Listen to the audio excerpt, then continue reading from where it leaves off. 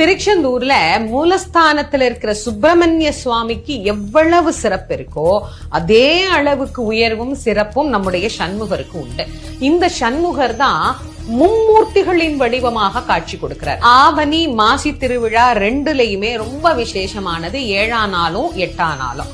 அது என்ன அவ்வளவு விசேஷம் அப்படின்னா, அன்னைக்குதான் சிகப்பு சாத்து, வெள்ளை சாத்து, பச்சை சாத்து மூணுமே ரொம்ப விசேஷமா நடக்கும். அந்த 3 ரூபம், அதாவது பிரம்மா விஷ்ணு சிவன் என்கின்ற மும்மூர்த்திகளை சொல்றோம்ல, அதுல சிவப்பு ரூபமாக எம்பெருமான் சிவபெருமானுடைய ரூபத்திலேயே முழு அலங்காரமும் அன்னைக்கு சண்முகருக்கு சிவப்பிலேதான் இருக்கும்.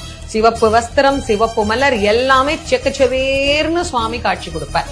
அதே மாதிரி அடுத்த நாள் 8ஆம் நாள் பாத்தீங்கன்னா காலையில வெள்ளை சாத்தி, எல்லாம் வெள்ளை அரளிப்பூ, வெள்ளை நிறை மலர், சுவாமி வெண்பட்டு உடுத்தி அப்படியே வெள்ளை வெள்ளேருன்னு காட்சி கொடுப்பார் வெள்ளை சாத்தி பிரம்மாவாக. அதற்கப்புறமா பச்சை நிறம், நல்லா மறிக்கொழுந்து பச்சை நிறம் மாலை எல்லாம் சாத்தி பச்சை வஸ்திரம் போட்டு சுவாமி அப்படியே பச்சை பசேர்னு இருப்பார் பாருங்க சண்முகர். யாரு?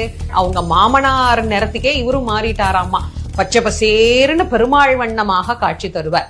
இந்த சண்முகரை மும்மூர்த்தியா தரிசனம் பண்ணலாம் அப்படின்னா அது எவ்வளவு சிறப்பு.